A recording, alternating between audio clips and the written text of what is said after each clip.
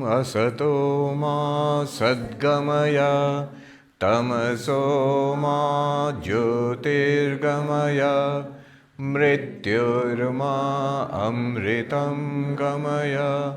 Om Shanti Shanti Shanti. Om, lead us from the unreal to the real. Lead us from darkness unto light. Lead us from death to immortality. Om, peace, peace, peace.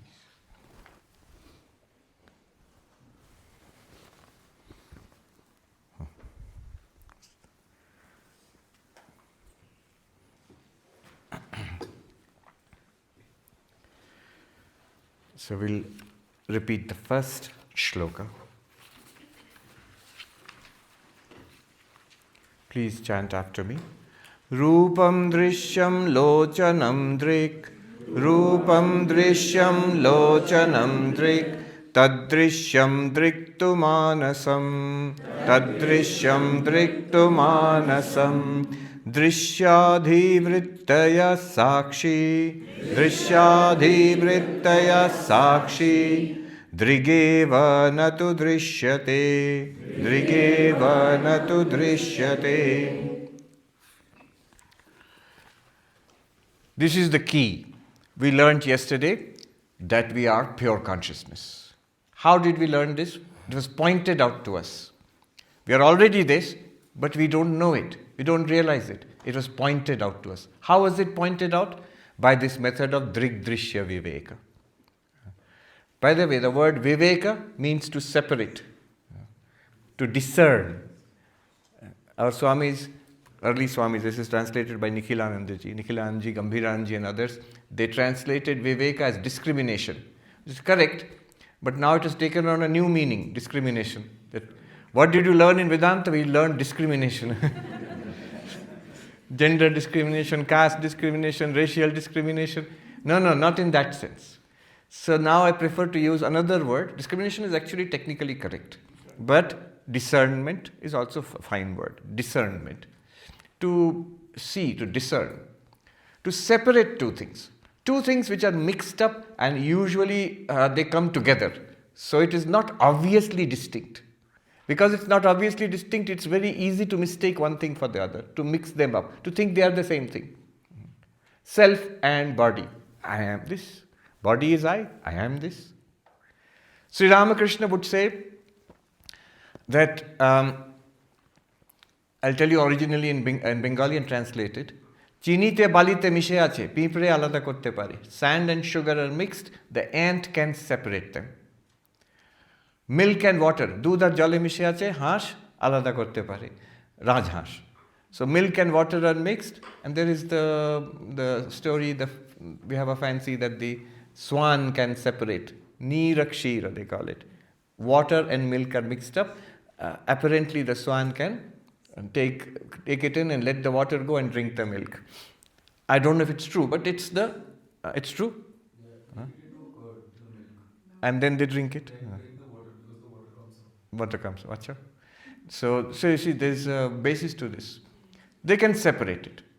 And then finally, which cannot be translated easily into English, but in the Indian languages easily we can do it. Sri Ramakrishna said, Golmale mal ache, golti baddi malti lao. In Hindi also same meaning. Golmal mein mal hai, gol chhod do aur mal le lo.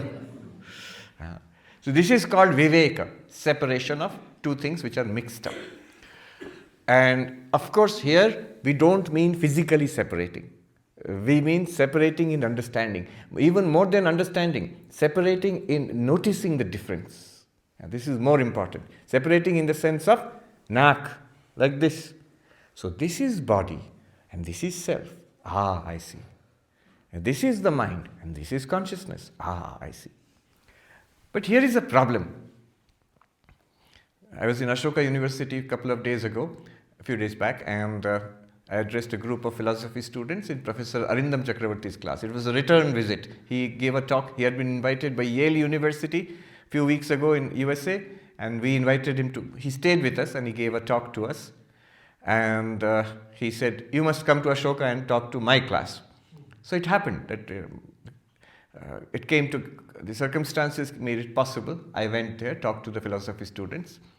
In the class, while introducing me, he said, so he likes to throw out these challenges, problematic challenges. He says, it is strange to me always, it's a source of wonder to me always, how a teacher of non-dualism, like Swami Vivekananda, but his name is Viveka, which means separation. Viveka, to separate. To separate two things which are actually distinct, but they come mixed up. So why Viveka, and how is Viveka connected to Advaita? That, if you understand, it's a great secret. As the Mahatmas say, Advait ki Raz, good Raz isme, the deep secret is hidden here.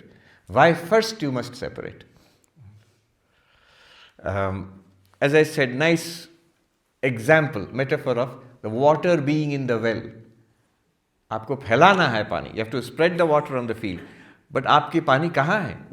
कुएं में फंसी हुई है. It's trapped in the, we say it is stored in the well, but the result is the same. You have to take it out. So the taking out is Viveka. To separate the water from the well is Viveka. To separate Sakshi from body-mind is Viveka. Then we will see Advaita. It will come next. Further problem. He wrote to me, Professor Chakravarti, you taught my students the difference between the field and the field knower, between Atma and Anatma. And my students are now trying to separate the consciousness from the object, young boys and girls. Then he poses a problem to me. What I am concerned about is that one can differentiate two objects. To differentiate two things, you must know both things. Know both things as objects. Then you sand and sugar, milk and water, golmal, all objects. Then you can separate. How will you separate self and not self? Because not self is an object, but the self is not an object. The answer is there. And in fact, these questions are very important in order to ascertain exactly what we are doing. We are not really separating object from another object. Then how do you do this separation? Atma, Anatma, Viveka, separation between self and not self. How do you do it? Because one of them is not an object. How? The way we do it in Vedanta, it's a good thing to learn. We focus on the object and realize that it is not me. Instead of making them both objects, I am an object and body is another object. These two are not the same. No, you cannot do that. You can separate form from the eyes. Both are objects. You can separate eyes from the mind. Both are objects. But mind from Sakshi? So what you will have to do is to know that this mind, senses, body, it is not me. Don't try to be the Sakshi. Try to clarify, to get this clarity that I am not body, not mind. That is the way of doing Viveka in Vedanta. Not the separation of two objects. See how these questions, they are like challenges, but they are how it helps us to clarify what we are doing. That was the original idea. The debates between the different schools of Indian philosophy. First of all, nearly 1,000-year debate between Buddhism and the schools of Hindu philosophy like Nyaya, Vaisheshika, Sankhya, Mimamsa. Advaita came much later. Then later on, Advaita, being attacked by Vishishta Advaita and Dvaita especially. So one result of it is straightforward, is that philosophy develops. Each school has to, what they call it, up its game. Americans say up its game, to bring them up to speed with what's going on. So each school becomes more and more sophisticated. Arguments, logic, systems. But spiritually, what is the gain? Spiritually, the gain is this. Our own clarity comes when you are continuously attacked and questioned, we like Advaita, so we take it. A few arguments, few shlokas, we are happy with it and we stay with it. But when sharply questioned, then our clarity comes. Am I able to answer every possible objection May not be to the satisfaction of the opponent, because as opponent you cannot control their mind, but to your own satisfaction or not.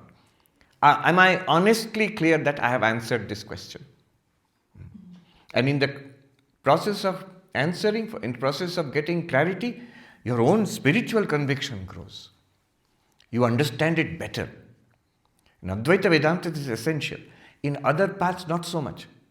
In the path of bhakti, for example, Naradiya Bhakti Sutra, if you study, bhakti teachers will always tell you, don't argue too much. It is harmful for bhakti. Why is it harmful for bhakti? There is a deeper reason. Because bhakti starts with belief. If you argue too much, you're cutting at the root of belief. What kind of argument is useful? Bhakti schools have a lot of argumentation. What kind of argumentation is useful? Those which will support your belief system. It makes it stronger. Until you realize God, then you don't need any arguments. So God is a reality for you. But until that time, if you engage in too much dialectics, you will begin to suspect your own position. And that can be very harmful. It's not harmful for an Advaitin, because you'll get clarity afterwards again. But it's very harmful for a Dvaitavadi. It's very harmful for a devotee. That's why they tell devotees, bhaktas, don't mix too much with jnanis. Jnanis can mix happily with everybody. But bhaktas should not mix too much with, they say, not jnanis, they will say, don't mix too much with skeptics, with nastika. Why? They will harm your bhakti. Bhairavi was very much worried. Bhairavi, exactly, very good example. When Totapuri Maharaj came and started teaching Advaita to Sri Ramakrishna, before that he was immersed in Vaishnava devotion. Bhairavi Brahmani was his guru, Vaishnava and Tantra. And Bhairavi Brahmani was very jealous of Totapuri. And she told, one serious reason she told that Sri Ramakrishna, don't mix too much. It's sushka jnani, these dry jnanis, they will harm your bhakti. Your bhakti will disappear if you mix too much. Of course, Sri Ramakrishna was a huge banyan tree. Neither his bhakti was harmed by jnana, nor his jnana was harmed by bhakti. Both developed and manifested in tremendous measure. But initially, in spiritual life, it's good. Because Sri Ramakrishna himself cautioned his own devotees also, his own disciples also. Except a few like Narendranath, but others, don't mix with that person. Don't read too much. Don't argue too much. Those are for whom? Not for beginners. Those are for advanced bhaktas, like Master Mahasaya. Bolo tumi ar vichar korbe na? You give me a word that don't keep on debating and arguing, because your further development of your bhakti bhava is being harmed. So here what is being done is, by questioning in Vedanta, it only makes our conviction more clear and solid. In Vedanta, in Sanskrit literature, there is a metaphor, sthuna nikandana nyaya. You want to drive a post into the ground, wooden post, imagine. What do? You drive it in, but then you slowly shake it and bring it out a little more. Why do you bring it out? You want to drive it in. Why do you bring it out? So that you can drive it in even more deeply and firmly. So that bringing it out and driving it back again is this questioning and attacking. So now suppose a Pandit or a professor has asked this question and you have been able to answer it. Now you understand better. This Atma Anatma Viveka which we are doing here is to clearly see that I am not the body, not the mind. Consciousness is manifest. Don't try to make consciousness an object, mind an object. Then try to separate them. It will never work. And we will misunderstand consciousness in that case. Okay. Forms are seen, the eyes are the seer. The seer and the seen are different. Eyes are different from the forms. The eyes are known, the mind is the knower. The seer and drashta and drishya are different, so mind is different from the eyes. Not only eyes, all the sense organs, entire body, mind is distinct from that. We discern mind, separate, in our understanding. Second. Then third, mind is also observed. Mind is also experienced. All of us experience our own minds, our thoughts, feelings, emotions. So mind becomes drishya, and the one which knows the mind, which experiences the mind, a name is given, sakshi, label is given. Sakshi, remember, sometimes giving a label is helpful and it can create new problems. Sakshi, immediately we keep thinking somebody is doing Sakshi, watching like no, not like that. Just imagine it like light. It's illumining. Sakshi here means illumination, prakasha. Sakshi also does not mean this watching the breath, watching the mind. That's a practice. That's the mind doing a practice. Here the Sakshi is already present. Whether you do Vivek or not, it's present. And it is shining. And that Sakshi never becomes an object. Then we explored. Vastu kaisi hai? What is the Sakshi like? What is our real nature like? We explored. What did we find? That this consciousness is the one consciousness which illumines all our seeing, hearing, smelling, tasting, touching, all our thinking, imagining, enjoying, feeling, suffering, knowledge, memory, forgetfulness. All of them are experienced because of this one Sakshi. Then all our actions, walking, talking, cooking, driving, playing, all of that, our entire waking, our entire dreaming, our entire deep sleep, all are being illumined by Sakshi, and it is one, ekaha. Functions of the mind and senses are many. Objects of experience are many. Our experiences are many. Sakshi is one. Again, this should be pretty simple. I mean, when to explain it like this seems like big philosophy. Yeah, I am one. I am not a committee. I am one individual only. Then further, we found that the Sakshi has no gap. It is gapless consciousness, nirantara. We found that the Sakshi does not change. Our experiences change, objects change, world changes, body changes, mind changes. Sakshi does not change, nirvikara. We found that the Sakshi, nothing attaches to the Sakshi. Neither experiences, not the objects of experience, neither even body. When you fall asleep, body is gone from your Sakshi, from your experience, your body is not being experienced. It is lying on the bed and sleeping, somebody else experiences. But you, the dreamer, you don't experience the sleeping body. And in deep sleep, when the mind shuts down, no dreams also. Sakshi remains illumining the darkness. So, even body and mind, which are so dear to us, are not stuck to the Sakshi. Sakshi is asanga. No body sticks to you, no property sticks to you, no knowledge even sticks to you. Big professor. What happened? Alzheimer's. Forgotten. It's a tragedy, but it happens. Sakshi is ever shining. So, asanga.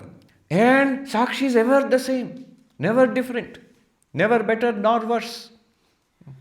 Not increasing, not diminishing. It is samaha. And we found it is not destructible. It cannot be damaged. It cannot be traumatized.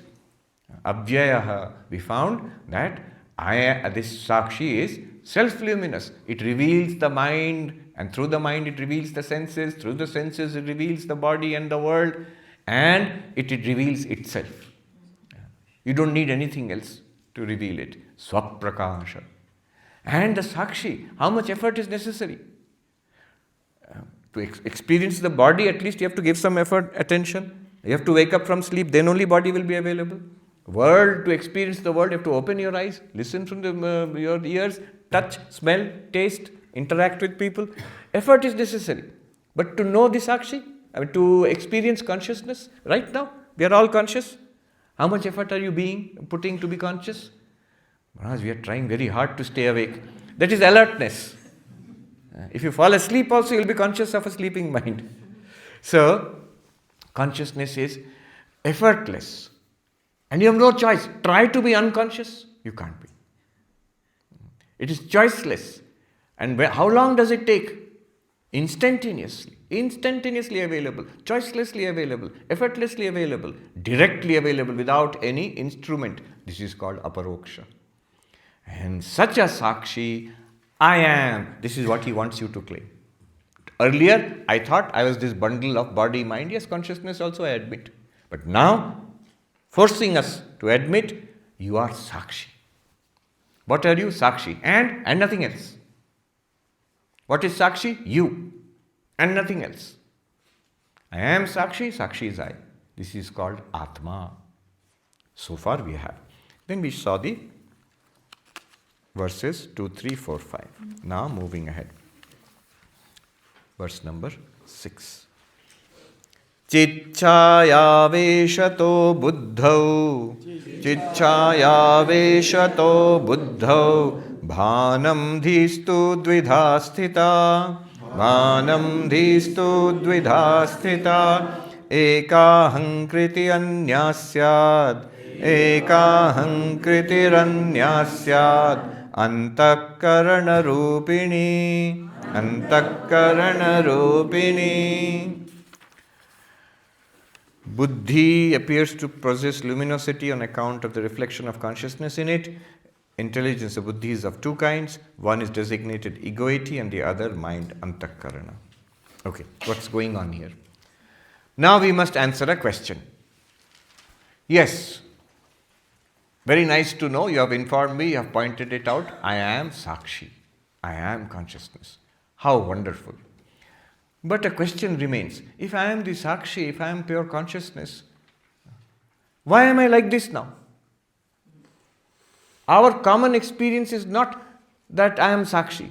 Generally we don't have that experience. Even after Vedanta also it's difficult. So, why do I feel that I am body, mind, consciousness? Consciousness also we admit, we are conscious. Every doctors also know that there is consciousness, then they will give you anesthesia, no consciousness. They admit all this. So this body, mind, consciousness, how did this bundle come about? Or in Shastriya language, how did the Jiva become reality? I am Sakshi, I am Brahman, I am Atma, you are telling me that. But right now I am Jiva.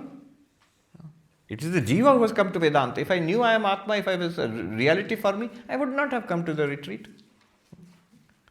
Although, Brahmagyanis also come to retreat. For what? Not for learning. Not for, maybe for teaching or not, we don't know. They come for enjoyment. We have the classic example of Latu Maharaj, Swami Adbhutanandaji. So arrangement was made in Belur Math for Pandits to come and teach sadhus Vedanta. So one Pandit had come, was teaching Vedanta, I think Angushta Matra Purusha something, some Kathopanishad. In Banaras, this was in Banaras. And Swami Adbhutanandaji was there, and Shuddhanandaji, who later became the president of the Ramakrishna order, Sudhir Maharaj, disciple of Swami Vivekananda. So the Pandit is saying that there is this Atma, you can experience it in your heart. And Adbhutanji suddenly becomes excited and is telling, he is not literate. He cannot read, he has not read Upanishads, he has not read Sanskrit. Just directly by his experience, he is telling, Sudhir, the Pandit is right. In Bengali, Sudhir, Pandit thik boleche. It's all right, we keep quiet, class is going on. But he's so excited, again, Sudhir, Pandit thik boleche. It's right, it's exactly like that. And after the class, again, he's coming to Shuddhanji's room and knocking. Sudhir, Pandit was right in the night. See, that is the joy of the Brahmagyani.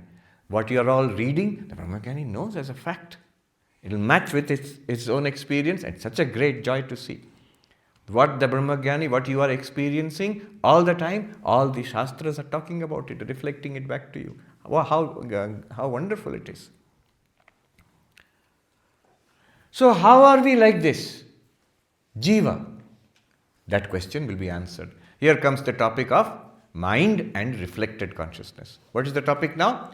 Not pure consciousness, not Sakshi. Now the topic is mind and reflected consciousness.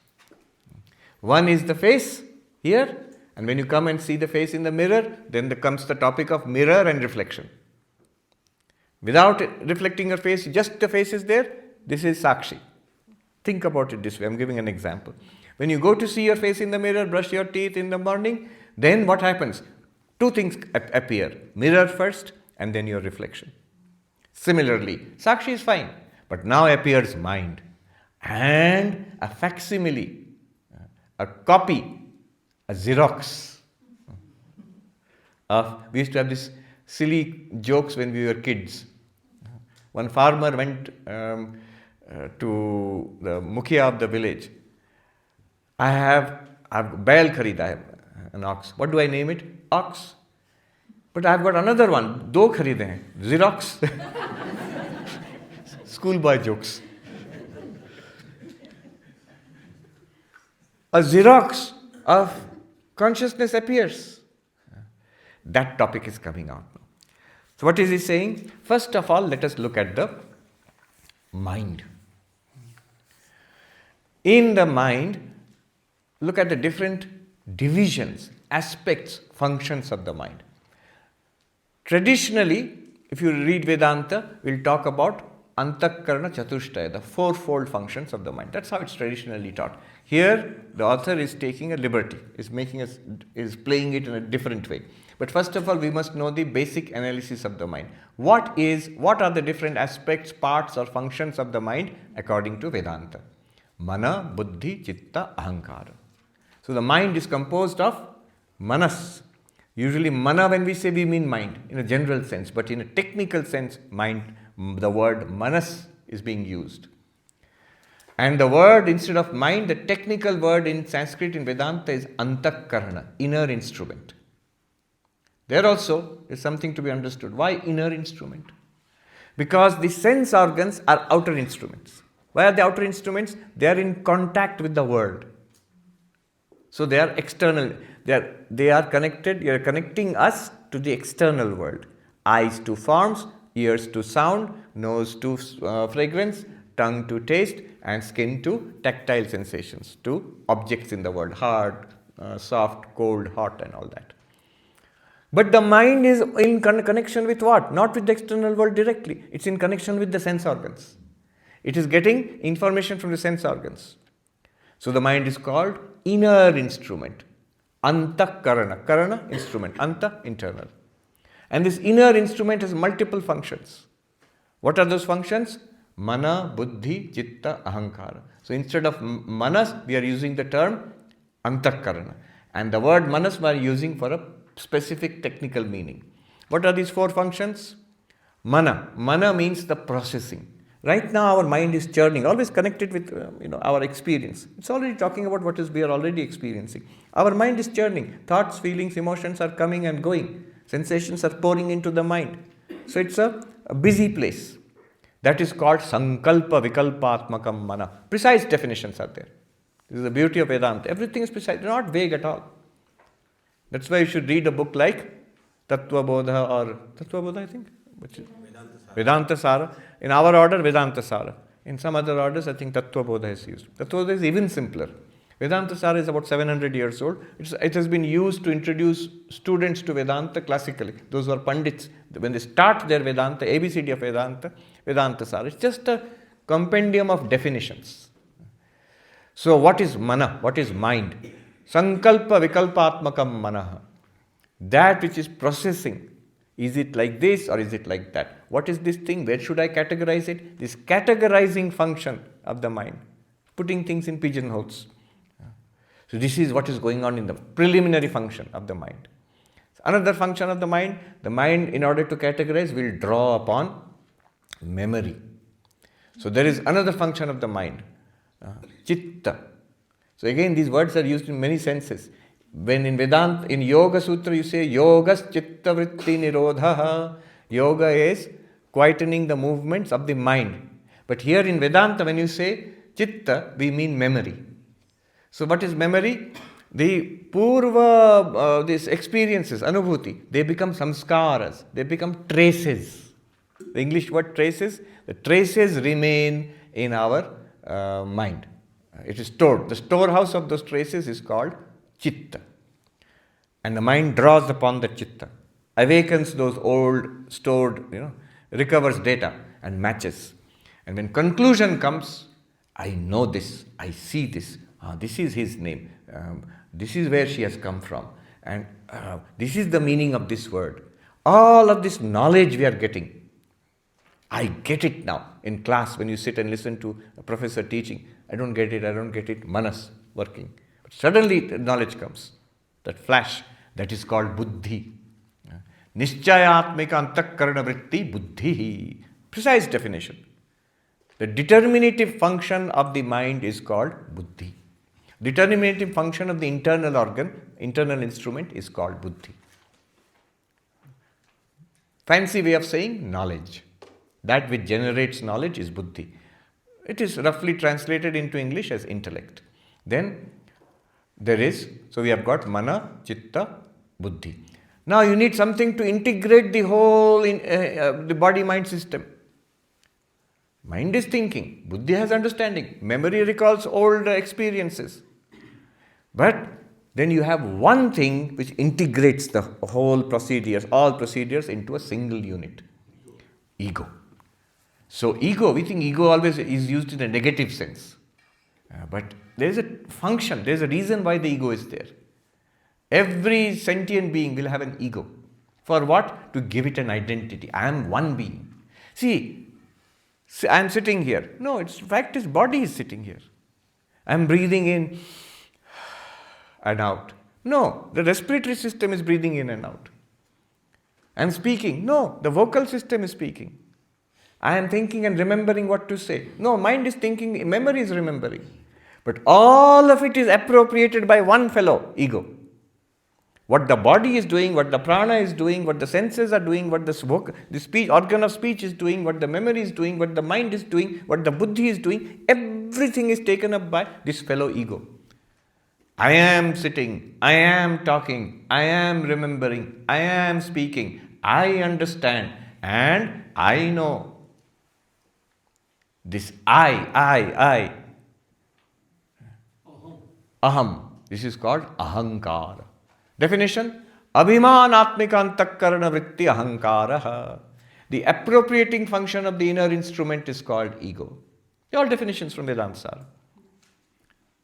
This is the classical understanding, Vedantic understanding of the mind. It is called antakarana. It has 4 functions: mana, buddhi, chitta, ahankara. These are functions of the mind. Even ego is a function of the mind. Very necessary function.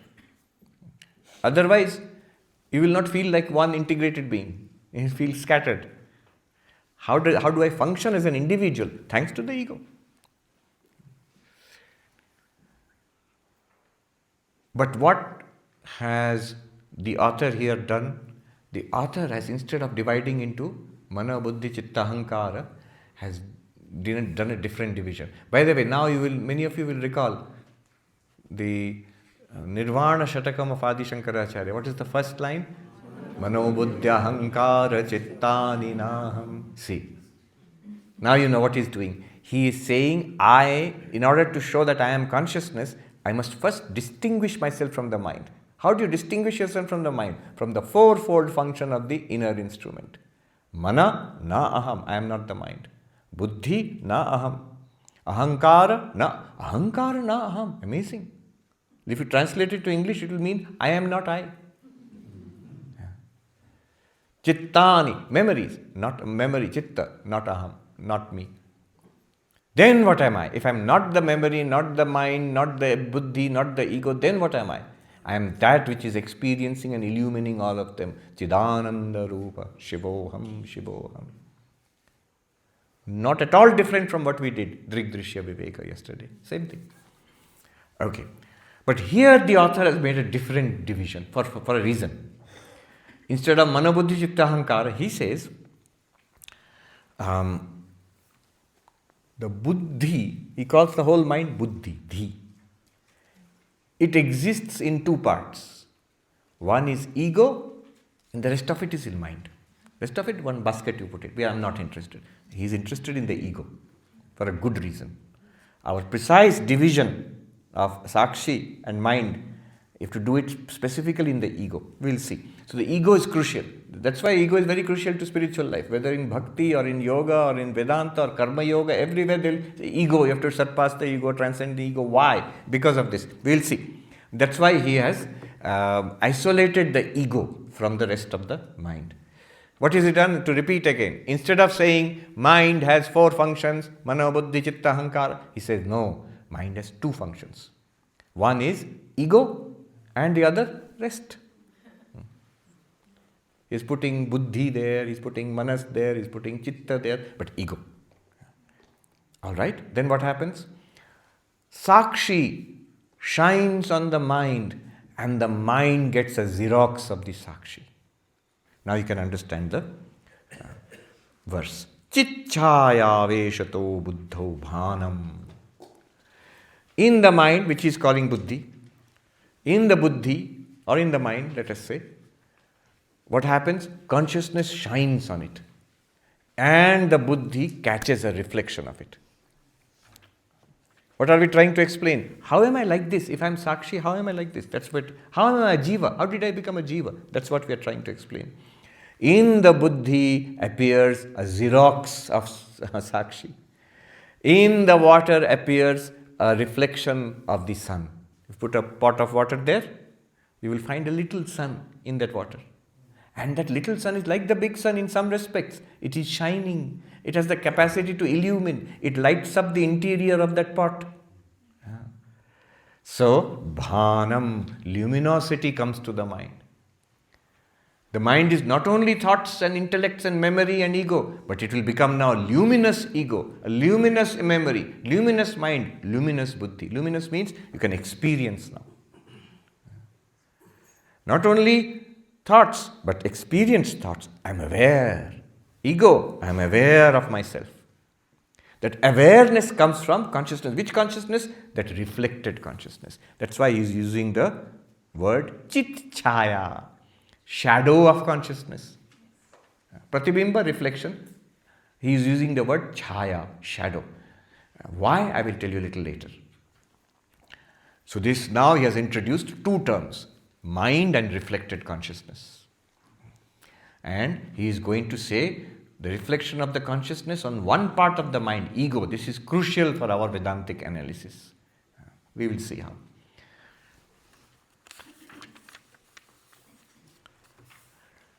Now focus on two things. Ego in the mind, ego and the reflected consciousness. Reflected consciousness where? In the ego.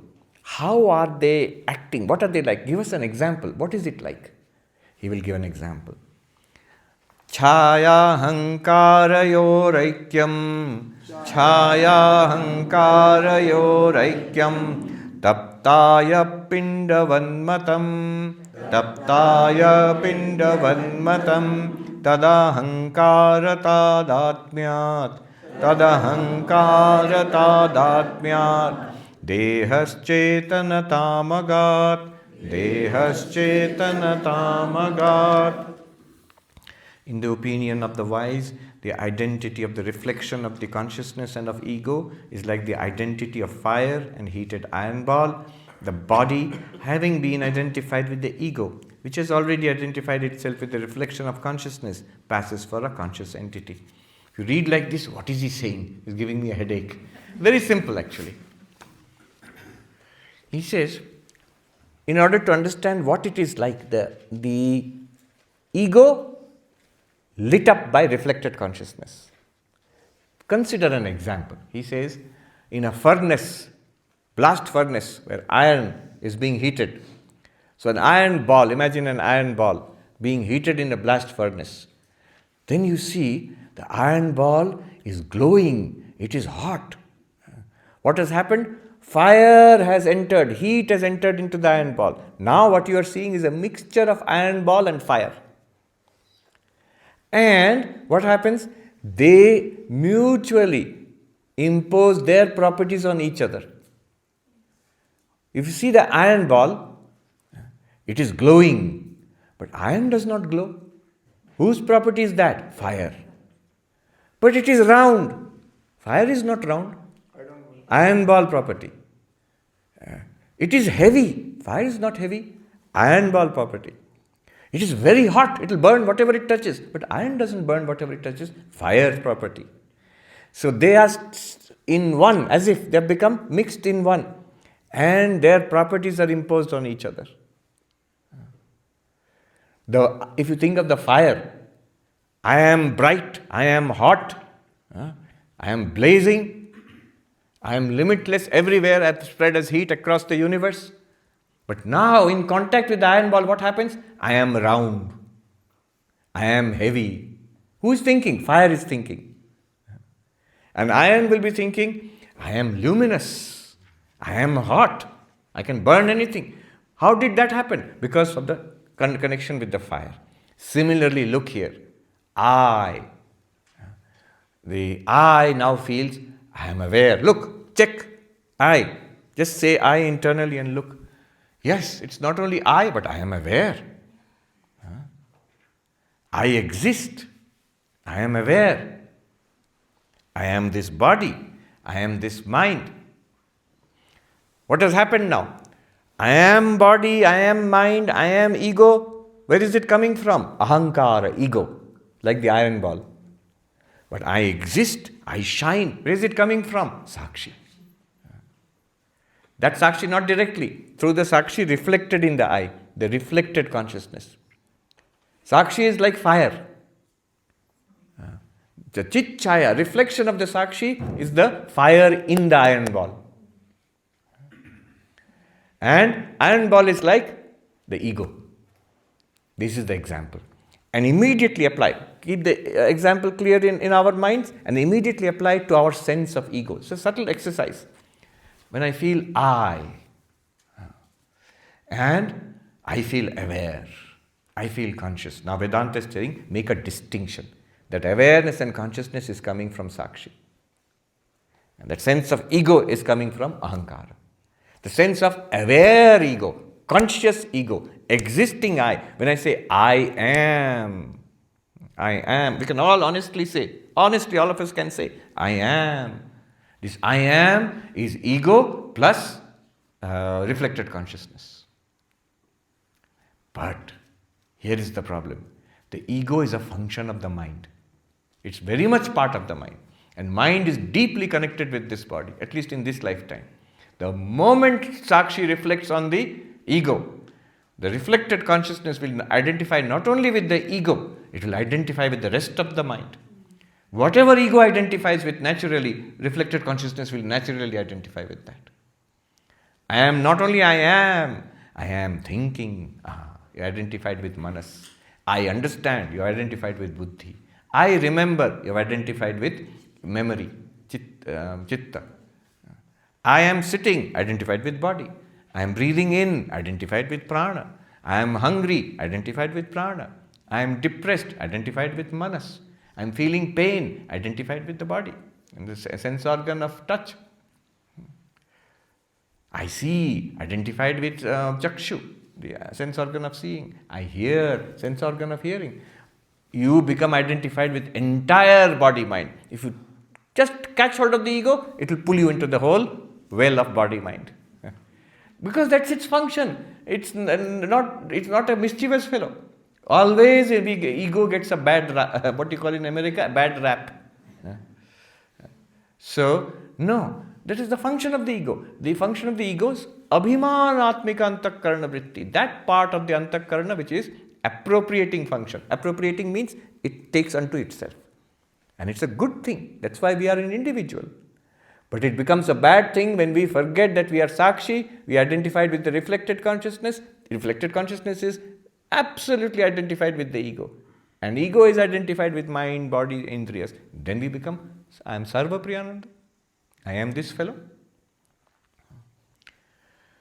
Since the ego, one more thing he says, since the ego is connected with mind, senses and body, when the ego gets the light of consciousness through reflected consciousness, immediately it shares it with senses, with body.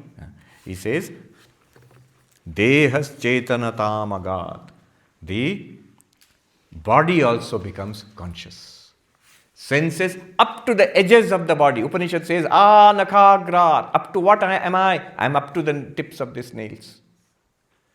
Wherever the mind spreads out, I feel identified with it. Whatever the ego identifies with, I feel identified with it. I feel identified with this body, but not beyond this body. Why not? Because the mind, the ego functioning through the mind functioning through the nervous system is up to this body. And the job of the ego is to identify itself with this body. After all, that is the duty of given the ego. What is the ego supposed to do? Appropriate the functions of body-mind unto itself. Which body-mind? This one only. That one. No, stay in your lane. Your job is this body only. The ego is doing its job properly. But the ego is carrying reflection of consciousness. The reflection of consciousness also, I feel conscious up to this body. This is the explanation. Now we are fully ready, functional, jiva. What are we really? Sakshi. Then what happened? Mind came. In the mind is especially the function ego. In that, I have reflected myself like a mirror. I have seen my face. Then what happens? The face becomes identified with the mirror. Because the face is identified with the mirror. Reflected face and mirror are identical. You can't separate them. Reflected consciousness and ego are identical. And whatever the ego does, reflected consciousness will be dragged along with that. This is our condition. Now, should we break for a little question answer? Do you have questions? Good. Good. There is a note which I want to add. We'll do it in the next session. Now let us do question answers.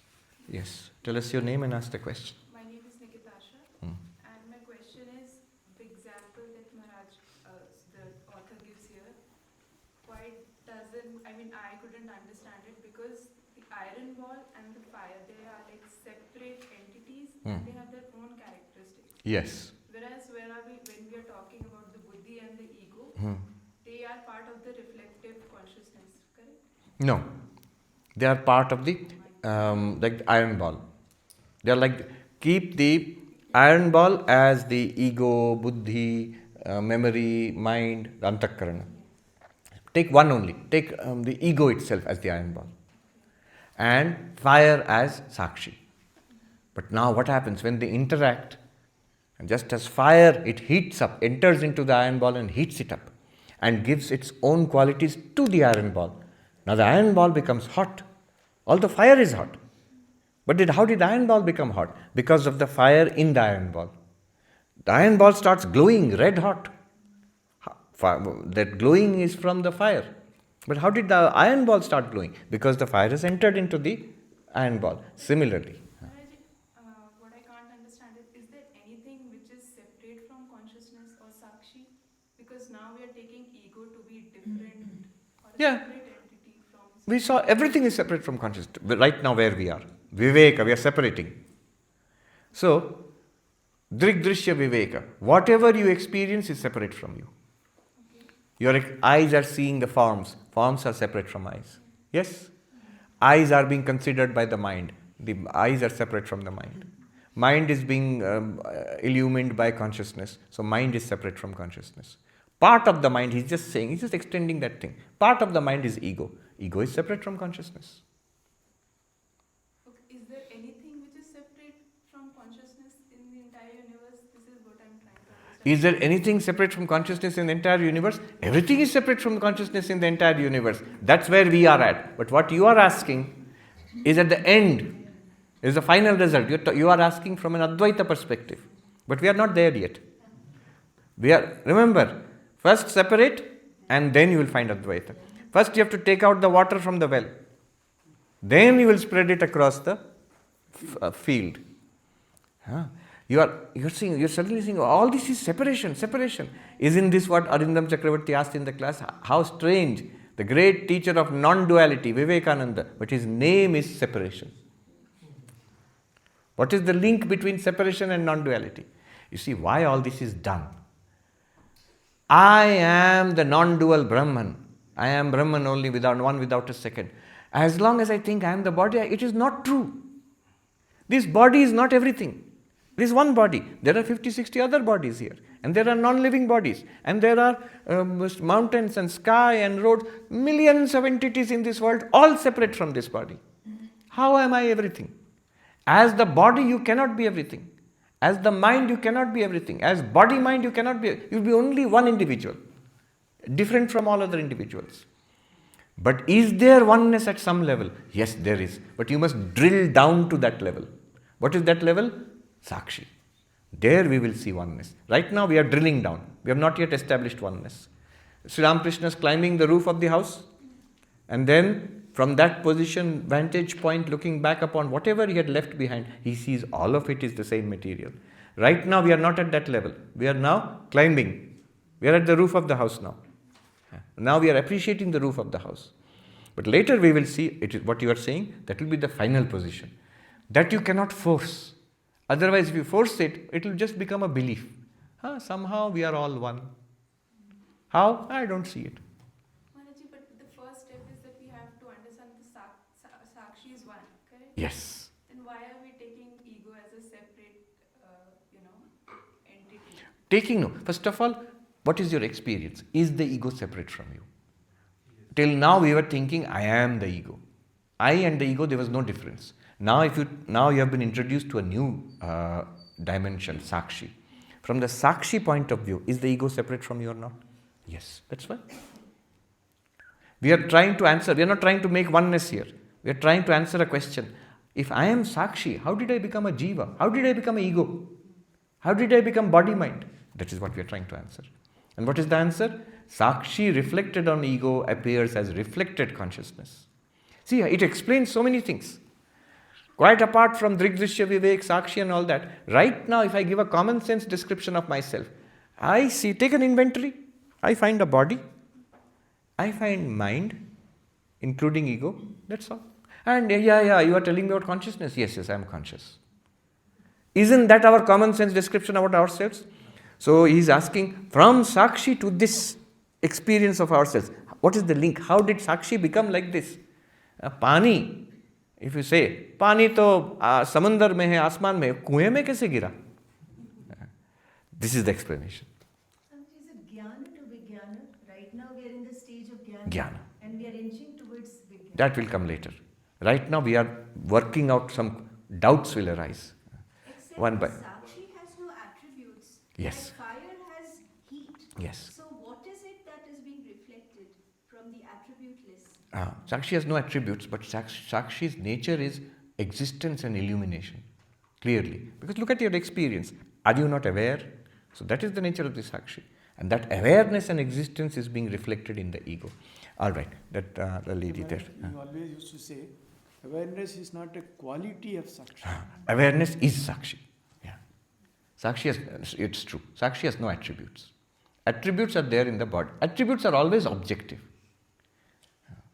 Sakshi itself cannot have attributes. Why not? You would say, no, why will not have? You answer. If it has attributes, immediately ask the question, is it known or unknown? If it is known, it becomes an object. If the attribute of the Sakshi is unknown, why speak of it then?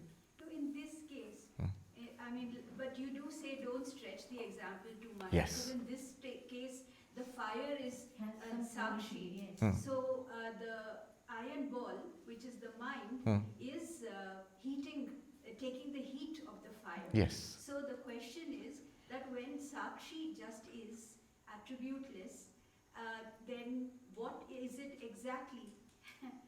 We are not actually reflecting the Sakshi, we are reflecting the empirical world, of which is rising perhaps from the Sakshi, but No, you're going far ahead.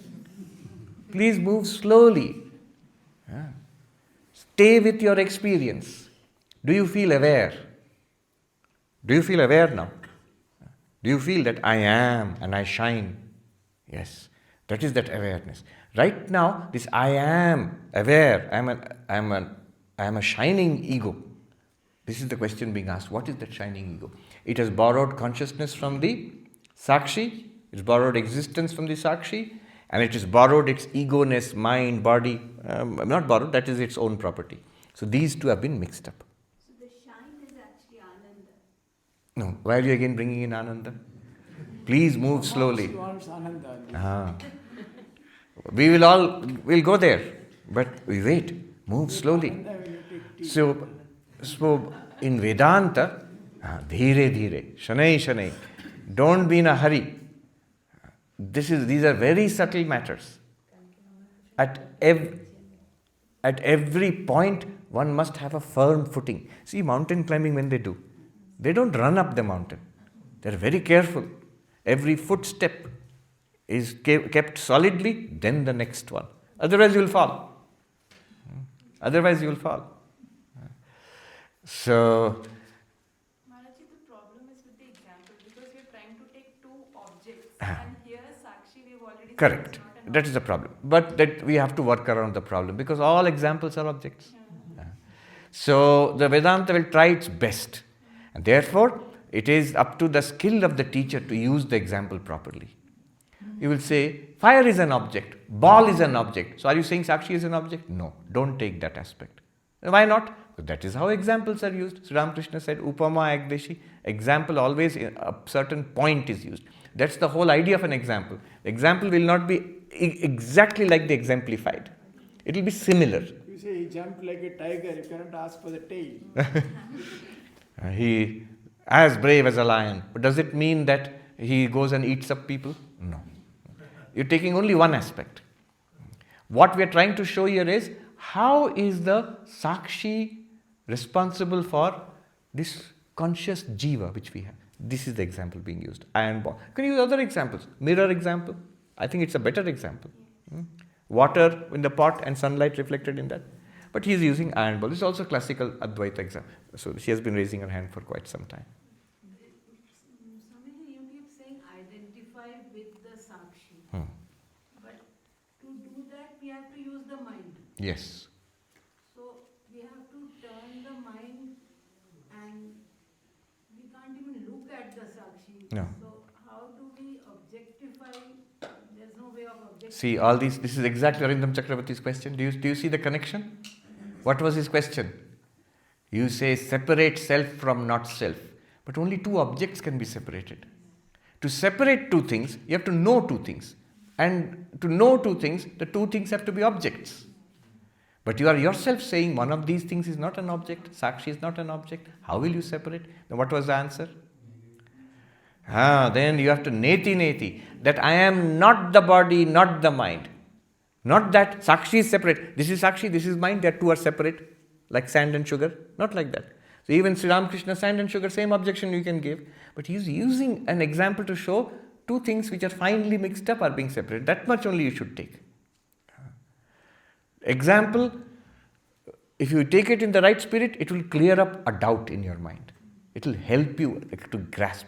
If you take it wrongly, it will confuse you further. Wait. So, your question was, how to identify with the Sakshi is to disidentify with the mind. You just sit here. I can give you an exercise actually. We have no time. After this, remind me about the exercise. How to disidentify from ego. We will see the ego as an object. The moment you see the ego as an object, I will ask you, to whom is the ego appearing? There, don't answer it. In a flash, try to, I will not even, there's no word for it. You know it. Sri Ramakrishna only said, Bodhe Bodhkara. Last. Yeah. So, Swamiji, I'm still at the verse number 6. So, I'm trying to connect multiple dots. So, we said that there are 4 things in Antakarana, Mana, Buddhi, Chitta, Ahankara. And then we separated it into 2 parts. One is the 3, Buddhi, Manas, Chitta, and ego as the other one. Now, consciousness, you said that it is illumining Buddhi, Manas, Chitta, and is ego the reflection of what is illumined at Buddhi level? No. Ego is a function of the mind. So ego is just as Buddhi is a function of the mind, Manas is a function of the mind, Chitta, memory is a function of the mind, ego is also a function of the mind. Ego is the screen. Yes. On which the reflection. Actually, the whole Antakaran is the screen, but he is making it, he is very forensic here, the author. He is making it more precise and easier for us. Just pick one aspect of the mind. The mind is, many things are there. Pick just the ego. Why he will pick the ego, he will see. He will deliver a wonderful forensic analysis now. He will go deep into this. See, I want to know exactly at what point did I get connected with Sakshi? Or did Sakshi get connected with body-mind? Exactly, that is what connected to my question. Yes, crucial. Just the point. Generally, we are speaking of Atma has become identified with body-mind. No. Please make it more clear. At which point is Sakshi? At exact point I want to know. So that I can focus on it and appreciate it. And then we can separate. So he is giving you that point. It is the ego. So that is the locus. That's exactly what I asked you yesterday. Yes. That is the... So when actually, again, I'm just connecting to deep sleep, waking and dream. This ego, when it is going to deep sleep, that screen is not visible. I think that then the reflection is not happening there. Good that you're connecting to deep sleep, waking and dream, because that will be the next question they will take up. Always, in order to understand these things, you must ask, what question are they trying to answer? Why did he suddenly start talking about reflected consciousness, antakarana, buddhi, ahankara? Where all these things, why did they come? Because our question should be after appreciating, I am Sakshi, Nirantara, Nirvikara, Sama, Aparoksha, Sangha, all that thing, very, very nice. But what is all this? How did I? मैं तो पानी था, कुएं में कैसे गिरा? Then I want to know, what is going on here? And you are talking about consciousness. Yes, I feel conscious, yes. Here, I'm feeling conscious. You touch me, I feel conscious here. What's the connection of this consciousness to that Sakshi? All these things I want to know. That is the answer. You can take iron ball, heated. You can take face reflected in the mirror. You can take sun reflected in a pot of water. All of these are. I will give a further big picture of various models. He's following one model here. That's why we suspect it's Vidyaranya. It is his favorite model. It's called the reflected consciousness model. But there are other answers to the same question. Which question? How did I become a jiva? How did the one become many? How did Brahman become jiva? How did pure consciousness become consciousness in body-mind? All of these, same question. Multiple models are there. One model is the false reflection theory. This one. There is a true reflection theory. And there is a limitation theory. Avachedavada, Pratibimbavada, Abhasavada. We will see all that. These two questions. I'll just hear the questions. We'll go for tea otherwise. Yes, tell us the question and then you. I just want to understand, is it right to say that the fire, having entered the iron ball, now forgets itself and says, I am the iron ball that's heavy, round, and blazing and hot? And you understand? Yes. You will say, why does it forget itself? There is the question. That will also be answered. Then we have to, what will become Maya. But it is like that. Exactly. And if the fire knew itself as fire, then heated iron ball would be no problem at all. That is the Jivan Mukta. It will be Jivan Mukta iron ball then. Which knows I am fire. At present, my location is iron ball. But I am fire. I am not an iron ball. I am not round. I am not heavy. Yes, I am glowing and shining and hot. That is the nature of fire. And so, if he knows that, if the fire knows that, Jivan Mukta. But it is not the same as saying the Sakshi itself forgets itself. No. You can't see that. No. Sakshi neither remembers nor forgets. We will realize suddenly Sakshi was always fine. And that we will see later. Yes. Last question. Making a statement which is corrected. Ego borrows consciousness from actual consciousness, which is called reflected consciousness. Yes. And then mind, memory borrows reflected consciousness from ego. Yes. Is it true? Yes, correct. Mind, memory, buddhi, senses, body. Even body feels conscious. It's a conscious body. It's not an unconscious body. So now you also know how anesthesia functions. At some point you must interrupt the borrowing process. No, he's saying ego Also borrows consciousness from Sakshi. Yeah, he says mind, chitta, they all borrow consciousness from ego. From the ego shining with reflected consciousness. Consciousness is reflected in the ego, and from that reflected consciousness, body, mind, everything is. The mind, Correct. memory borrows reflected consciousness from ego. Correct. From the Chit Chaya, right? From the Chit Chaya. Not exactly from ego. From the Chit Chaya, but the Chit Chaya is found in the ego. Yeah, you're right. Because the moment you see, the ego disappears in deep sleep. You will find body is not conscious. You are not conscious of the body. You are not conscious of sense organs. Ego is the first point of contact. Yes. So this is a great thing he has done for us. It's a very analytical, forensic approach to what's going on. For us, he has given us one point to focus upon. Our sense of ego. There is the culprit. Culprit only in our ignorant state. Enlightened state, ego also will remain, but it will not be a problem anymore. All right. Om Shanti Shanti Shanti Hari Om Tat Sat Shri Ram